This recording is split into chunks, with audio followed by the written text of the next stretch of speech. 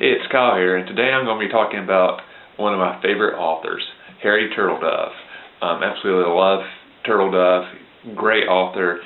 Ranking my 2 or 3 favorite authors, Turtledove is definitely in there. One thing I really enjoy about Turtledove, he's great at several different genres. A lot of authors, they kind of specialize in one genre. They never write a book outside that genre, and if they do, they kind of really struggle. Turtledove touches on a lot of genres in his books. Most of them fall in the alternate history genre, which is really my favorite genre of literature, period. I love alternate history. I love that what if. You change a little bit of history and you see how it changes. But he also dabbles in science fiction, fantasy, historical fiction. So, several different novels and genres of novels. But what I really like about Turtledove and all his genres is he is great at writing characters in such a way that you develop some sort of emotional reaction to them.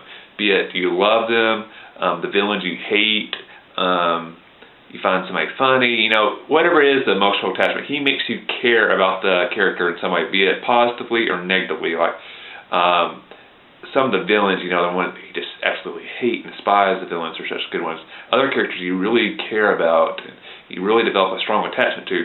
And to me, that's a mark of a real good author, because to me, you have a hard time enjoying a book if you really don't care about the character one way or another. If it's just kind of like, well then, how good of a book it really that is. Turtledove does a great job of making you really care about his characters in all his genres. So with that out of the way, I thought I'd kind of touch on all the Turtledove books I have.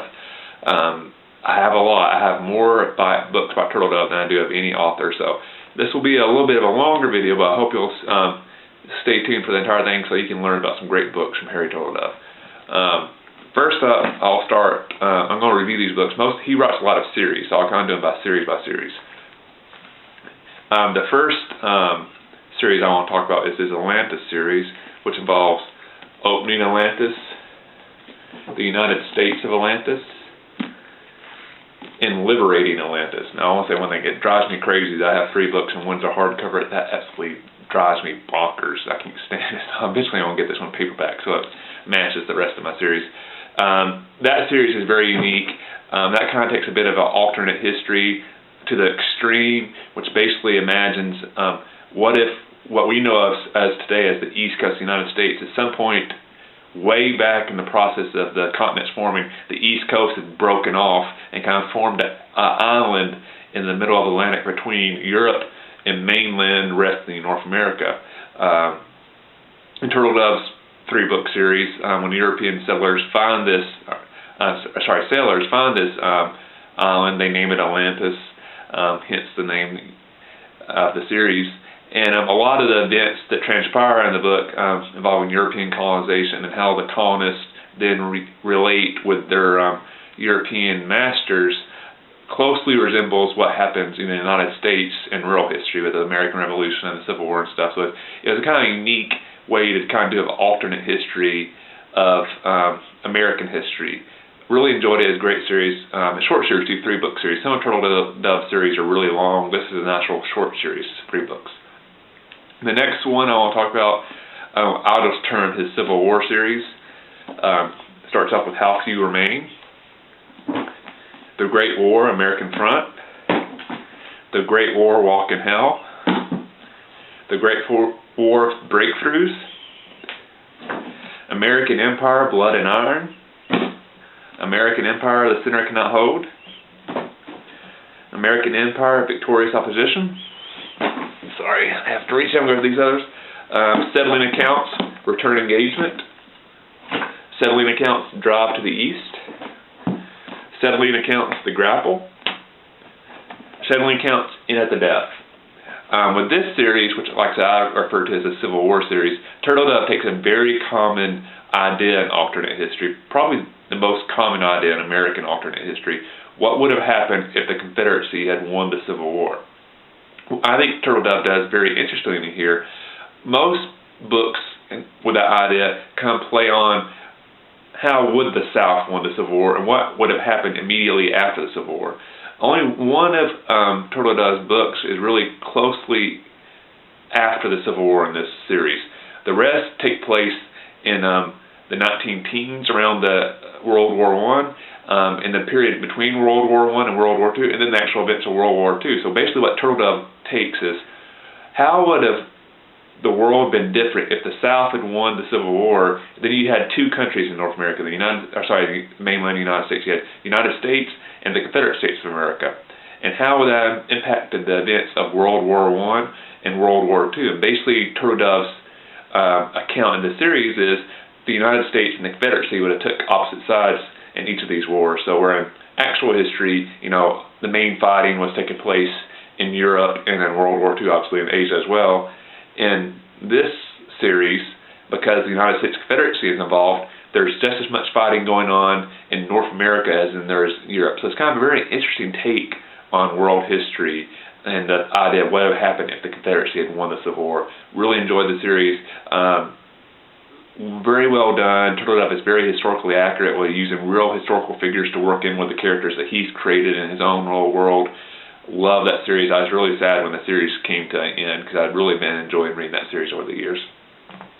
The next one I'll read, I mentioned, is a little Civil War fantasy series Turtledove had done. That's 3 books: Century Peak, Marching Through Peachtree, and Advance and Retreat.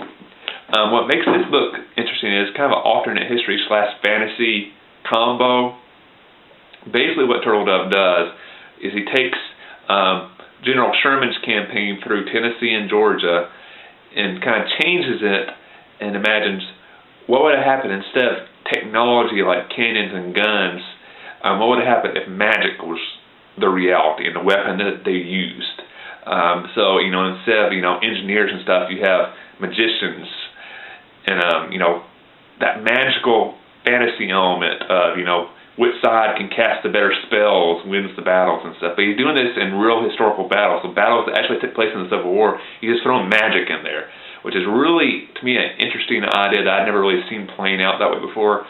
I'm typically not a huge fan of fantasy novels, but I really enjoy this series, partly because of the historical elements within the fantasy.